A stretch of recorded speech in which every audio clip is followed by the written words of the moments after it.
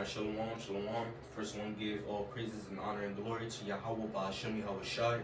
Yahweh is the true name of the Most High. Yahweh Shai is the true name of the Son of the Most High. Again, Yahweh is the true name of the Most High. Yahweh Shai is the true name of the Son of the Most High.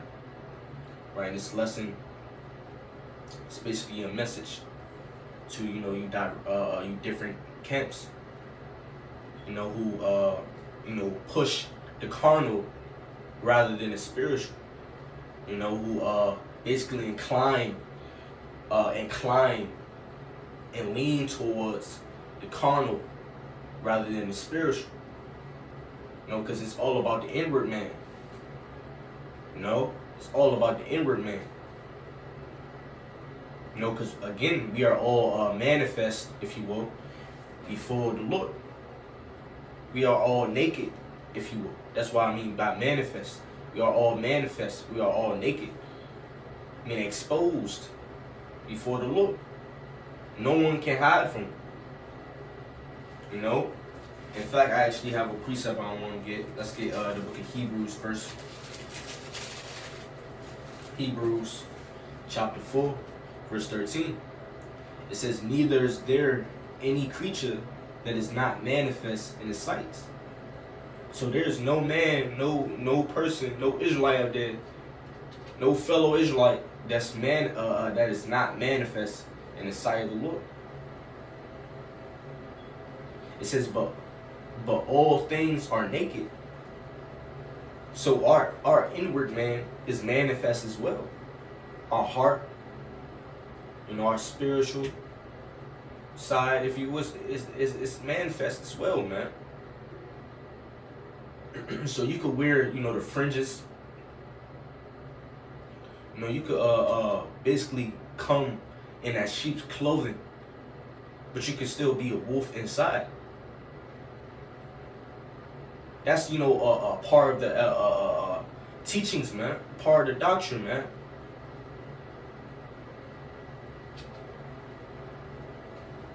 About about being inwardly right, if you will.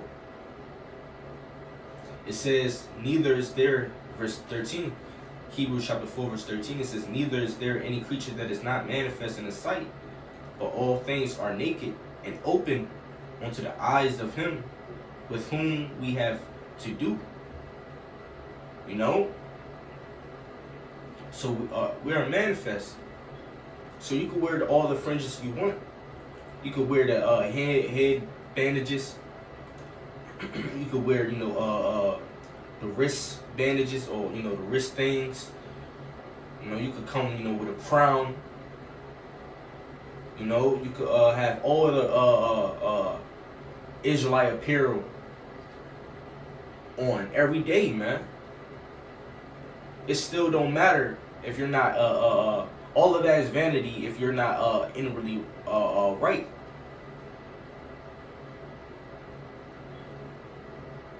Because what's the point? If you're outwardly right, you appear outwardly right unto men, but inwardly you're not right. You're not good. You wicked. Inwardly you wicked. Then what's the point?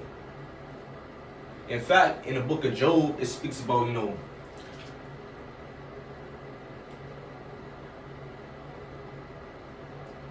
why labor I in vain if I be wicked? Let's get that real quick. And I got a couple of precepts I want to touch on. Really a message for the churches. A message to you churches and to you different camps. Because really the elect is one church.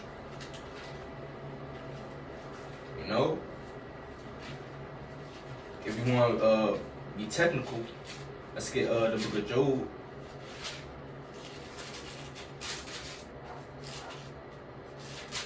Let's get the book of Job real quick. This Job chapter 9 verse 29. It says, if I be wicked, why then labor I in vain? So if you be wicked inwardly, why you wearing fringes? all the time, because fringes is a reminder, a physical reminder to keep the ways. If you wear fringes and you inwardly wicked and you still not keeping the ways, then what's the point?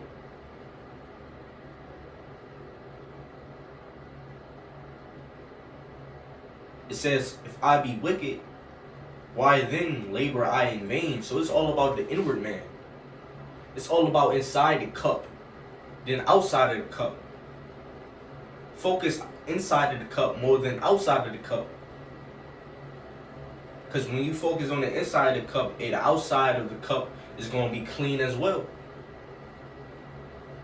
In fact, let's get that real quick.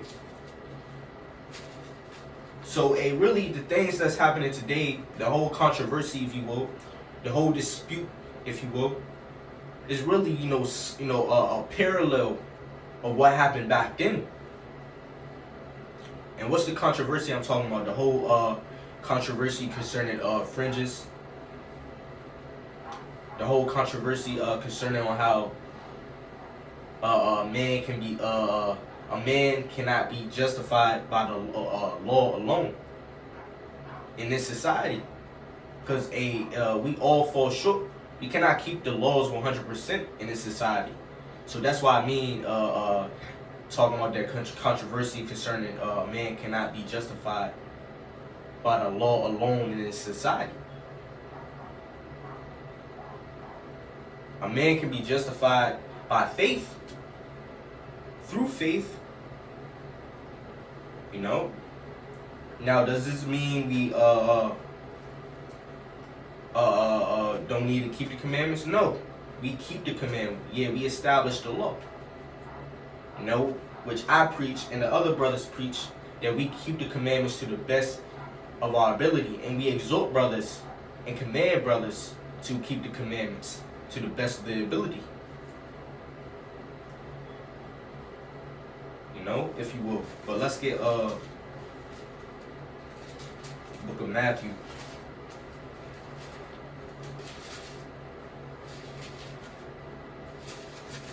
And you have men out there who are fixed in their mind, that who are fixed on thinking that they can be saved by the law alone. You have men out there that lean on the law more than the law of faith. Than faith, man. You have men out there who incline more to the Torah more than faith.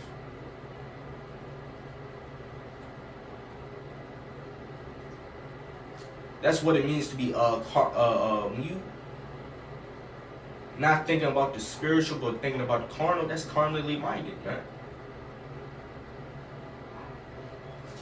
Right? Which we meditate on the law, and we keep the laws to the best of our ability.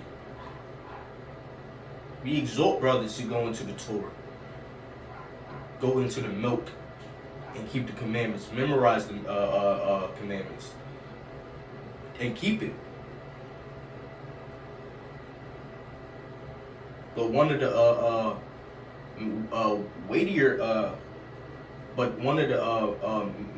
things we touch on, most of the things we touch on, is faith, mercy, and judgment as well.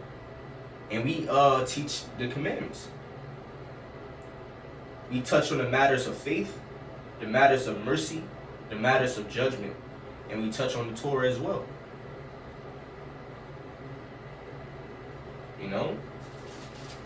So yeah, we supposed to keep the law.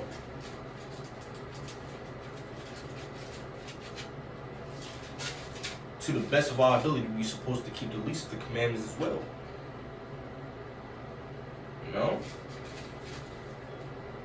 But don't condemn a brother, if you will, for not wearing fringes at a moment of a day.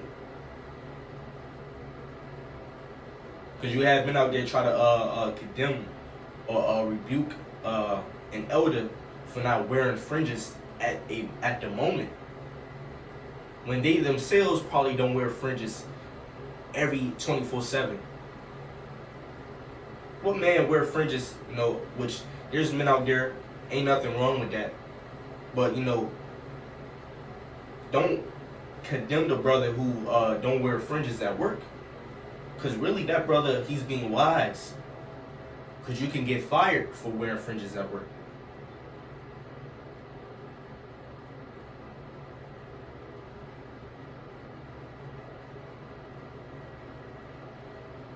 And if you're going to condemn a brother for not wearing fringes at the moment in a day, and really you should condemn the brothers that don't wear fringes when they sleep.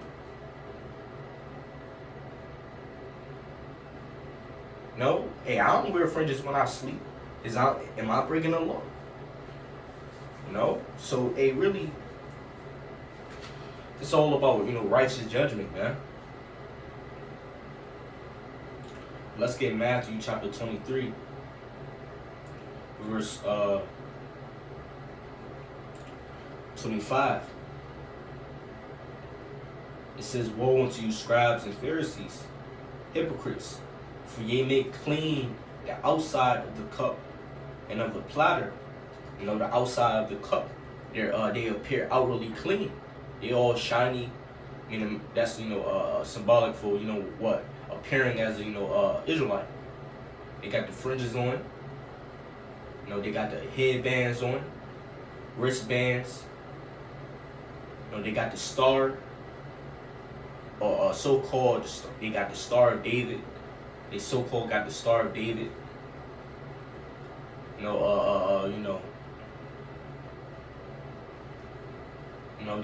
walk in a line. They like to blow the trumpet. They like to appear mighty. They like to appear a mighty Israelite unto men, unto the world. They like to blow the trumpet.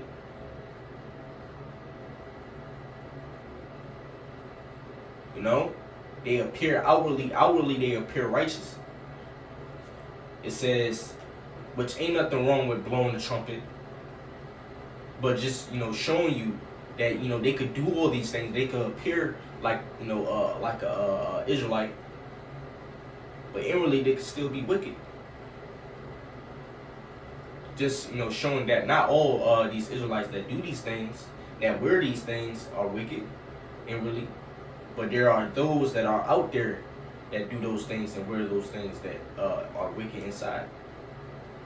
It says, but within they are full of extortion and access.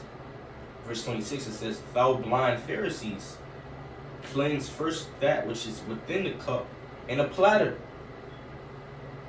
So Yahushua said, cleanse first that which is within the cup and the platter. That's what Yahushua said. So you got focus on the inward man. Make sure your inward man is right, man. Your spirit is right. Talking about you brothers, man, and you sisters. Focus on the inward man. Focus on your soul, your mind.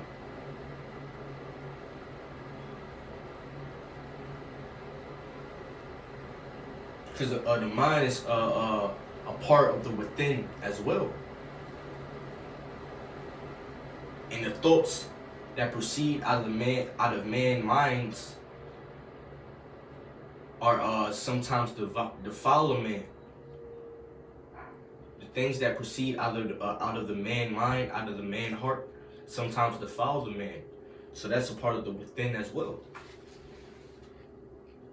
It says, cleanse first that which is within the cup and the platter, that the outside of them may be clean also. So when you cleanse inwardly, when you focus on yourself, if you make yourself inwardly right, then the outside of it gonna be right as well. You're gonna move the way you should move.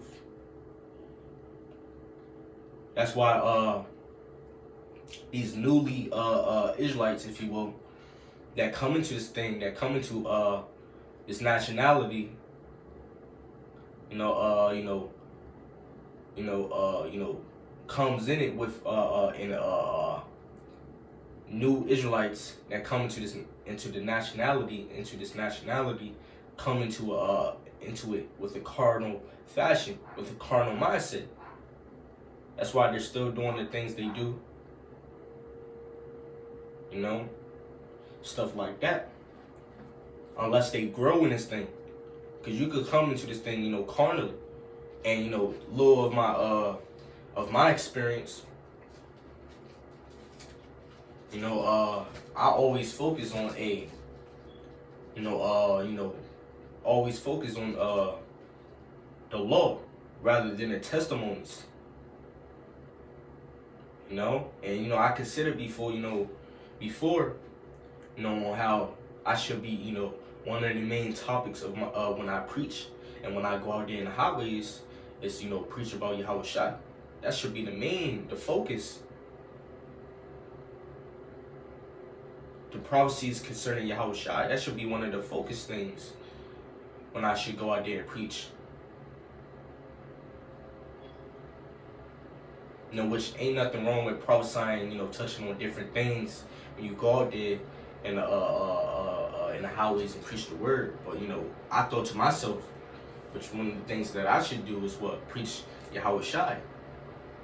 That should be the focus, the main thing I should be preaching when I go out there in the highways.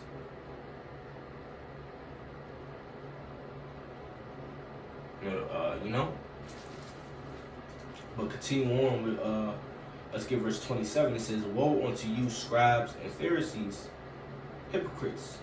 When I say preach of Yahweh Shai, I'm talking about prophesying about Yahweh Shai. Right? Continue on. It says verse 27.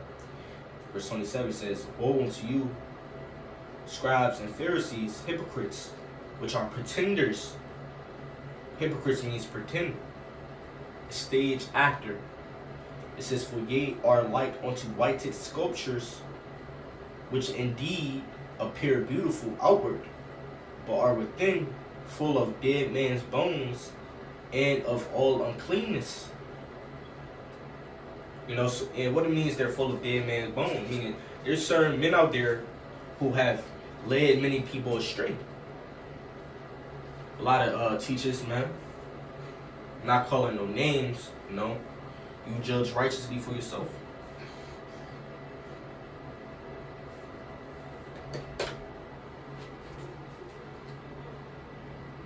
Verse 28 says, "Even so ye also outwardly appear righteous unto men, but within ye are full of hypocrisy and iniquity." So that's on that. I got that point across. Let's get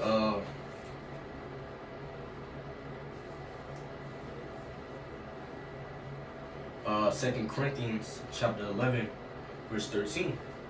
It says, "For such are false apostles, deceitful workers, transforming themselves into the apostles of Mashiach. And no man," it says, "and no marvel." So there is false. So there are. Touch on verse 13. It says, "For there are first. Basically it's concerning on how there are false apostles out there, man. That they transform themselves, which I hope. I wish. I wish I had. My laptop, which I could go into that word. Which I could have. Went into that word transform. But I don't got it. But hopefully you can go into that word transform, look it up for yourself, look into the Latin, get a little more understanding of what transform means. It's a simple word, but we're going into it. It says transforming themselves into apostles of Mashiach. Verse 14, it says, "And no marvel, for Satan himself is transformed into an angel of light." That's verse 14. Let's read verse 14 again. It says, "And no marvel, for Satan himself is transformed into an angel of light. Verse 15. So yeah, touch on verse 14 and verse 13. You have people out there that are really wicked, but transform themselves or put on the disguise, if you will. Because that's a part of being a hypocrite. When you are a hypocrite, you have on a disguise, metaphorically speaking. Outwardly, you portray yourself differently outwardly, but inwardly, you wicked or you're something else. Talking about the false prophets, the false apostles, the false Israelites, man, the wicked Israelites, the hypocrites. Outwardly, they portray themselves to be some, but inwardly, they're totally different. That's being a hypocrite. That's being a pretender, if you will. They have on a disguise, metaphorically speaking.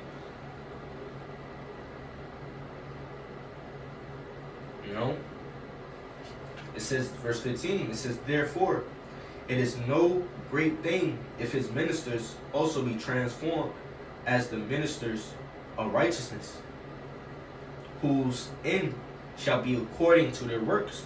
And yet you have, ministers out there, false ministers out there that, that use this, or that would try to make merchandise of men.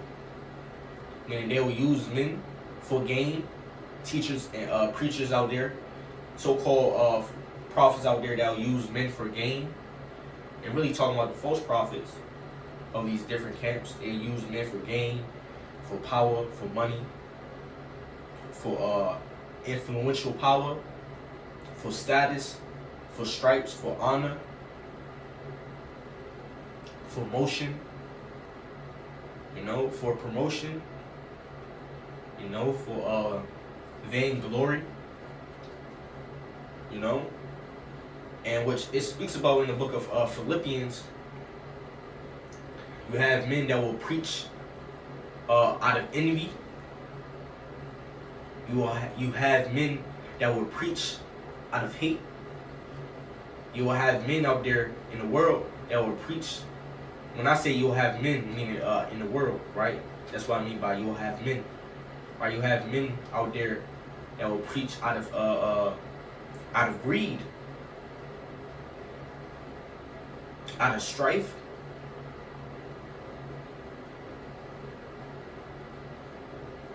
out of vain glory. Right? But the right men, the elect, they're going to be preaching His word in sincerity, out of love. They're going to be preaching the word in love. They're going to be preaching the word in sincerity. In sincerity. Not insincere, but you know what I mean. Meaning they're sincere. When they're preaching the word, talking about the elect, they're going to be sincere when they're preaching the word. They're going to be charitable when they preach the word, out of brotherly love, because we love our neighbors as we love ourselves. Talking about the elect. Not saying that I'm for certain that I think I know I'm the elect. Hopefully I am. Right, but let's get St. John, verse 8. Yeah, St. John chapter 8, verse 15. It says, ye judge after the flesh, I judge no man. Because we have to get out of the mindset of judging after the flesh, judging by appearances. After appearances, we can't do that. We gotta judge righteously. It says, verse 16, it says, and yet if I judge, my judgment is true. Yeah, because what is true? This word is true. So when we come out of the word and rebuke and reprove, it's not really us, rebuking you. It's the truth rebuking you. Because the Lord's doctrine, the scriptures is the truth. It's the Lord's doctrine. And in fact, Yahweh is the God of truth. You know? So when we bring out scriptures and rebuke a man out of the scriptures, you know, it's not really us rebuking it, though we're being used as vessels, if you will. Verse 16 says, and yet if I judge, my judgment is true. For I am not alone, but I and the Father that sent me. So if you have a man that's warning you by showing you scriptures, really you're not being warned only by that man, you know? If you get what I mean, this St. John chapter 7. Salaki, let's get St. John. Yes, St. John chapter 7 verse 24.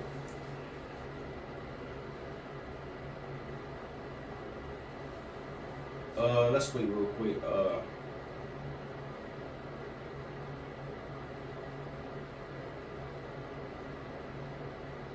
Yes, St. John chapter 7 verse 24. It says, judge not according to the appearance, but judge righteous judgment. You know, so judge righteous judgment, man.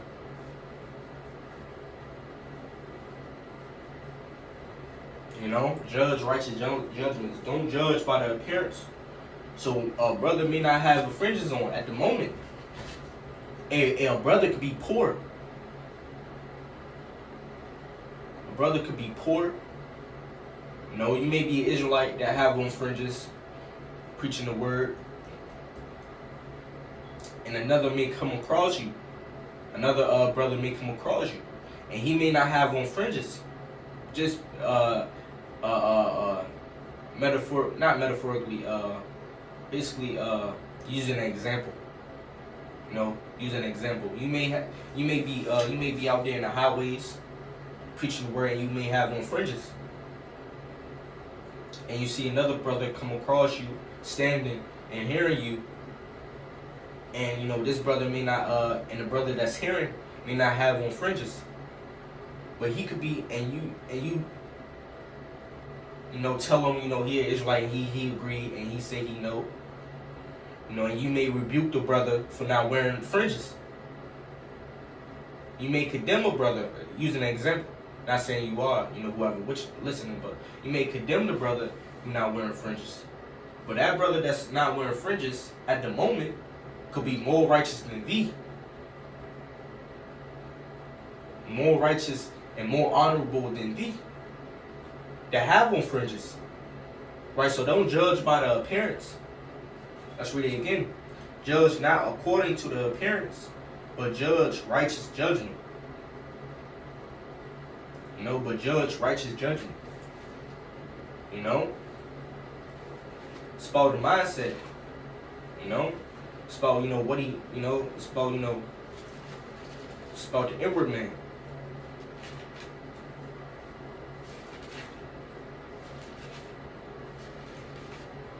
Right, and you know, I've thought this before, you know, just for the sake of edification, I'm gonna say this. I've thought this before, you know, on how, you know, this may happen. This may have happened, you know, with some these camps out there. You know, some camps or some brothers, you know, that go out there in highways, they may come across a poor man that cannot buy fringes. And this preacher, if you will, can, you know, condemn the man for not wearing fringes, saying you gonna die because you don't have no fringes on, man. But this man could be poor. The man that have no fringes could be poor. Don't have the resources to get any fringes. Don't have the ability to get any fringes. So did the preacher judge righteously? That's the question. You know? You know, is that man that have no fringes on, that may,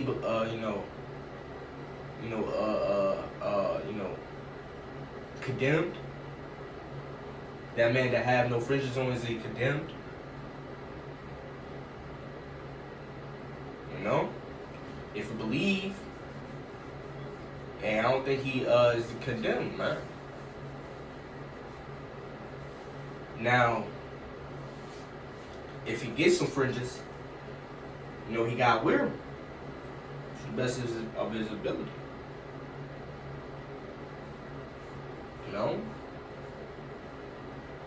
Just a little example. And we gotta think about, man. Cause some brothers are poor, they can't have it. They probably can't even get no fringes. And the poor man that can't get no fringes, but that believeth and have the faith and keep the faith, he good. He good, man. I believe that using an example, right? I believe that man that had no fringes but believe and keep the faith, he good, man. He good, man. I believe that. Now, am I saying that he willingly saying, "Nah, I ain't wearing no fringes, never"? No, I don't think that's right. I think you should wear the fringes. Just showing an example.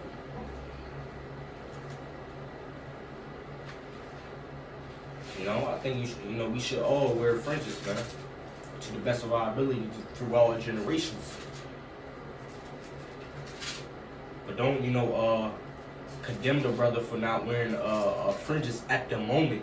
When I say a moment, I'm talking about a short period of in a day.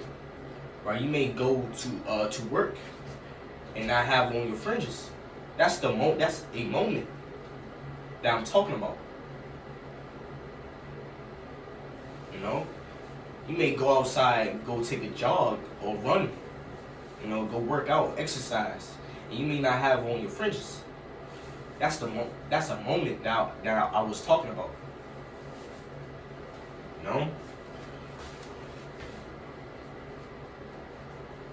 If you know what I'm talking about, then you know. If you don't know, then you don't know. I'm talking about something that happened with a few brothers. I think a couple of days ago, a couple of weeks ago. Right, I'm gonna close off on this. This Matthew chapter 5, verse 20. It says, For I say unto you, that except your righteousness shall exceed the righteousness of the scribes and Pharisees, they shall in no case enter into the kingdom of heaven. So be better. Let your righteousness be better than the righteousness of the scribes and Pharisees. Remember, they upheld the scribes and Pharisees. They were more inclined to the laws of Moses than they lean more, or shall I say, better words, they lean more on the law of Moses than rather than lean on faith, on grace, on truth, on Yahweh Shai. I'm gonna close off on that, Lord willing. And not talking about all the Pharisees that lean on the law. I'm not talking about all the Pharisees or the scribes, but some of them that didn't believe. But I'm gonna close off on that. Lord willing, this video was edifying. Double honors to the elders of the house of David. Peace and blessings unto the elect. Salute and shalom to the fellow believers. It's truth, and all praises and honor and glory to Yahweh Shai. Shalom.